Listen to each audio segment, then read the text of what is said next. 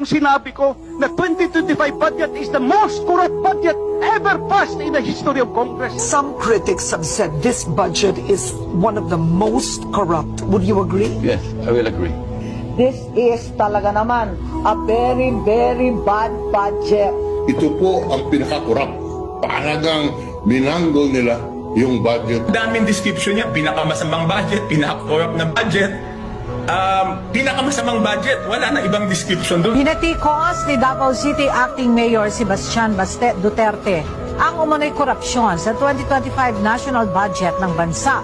Ito rin anya ang maituturing na pinaka-corrupt budget sa kasaysayan ng Pilipinas. Lahat naman ay nag-agree na ito'y pinaka-corrupt na budget sa buong kasaysayan ng Pilipinas. Naniniwala ako na ito na yung pinaka, ano ba tawag natin dito? Pinakasinalaula na budget sa buong karanasan ko. Naniniwala po tayo na ito na po ata ang pinaka-corrupt na budget sa history ng Pilipinas. Sa kasaysayan nga po ng Pilipinas, ito ang tinaguriang pinaka-corrupt na budget. Pinaka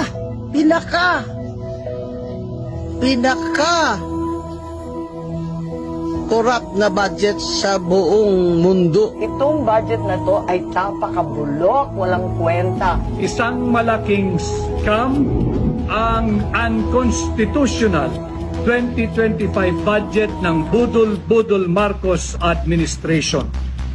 Ako ay naniniwala na garapan ang katiwalian sa pamahalaan sa ilalim ni Pangulong Bongbong Marcos ngayon. Ano mo, awa na ako dyan kay BBM, nagmumukha na talagang tanga.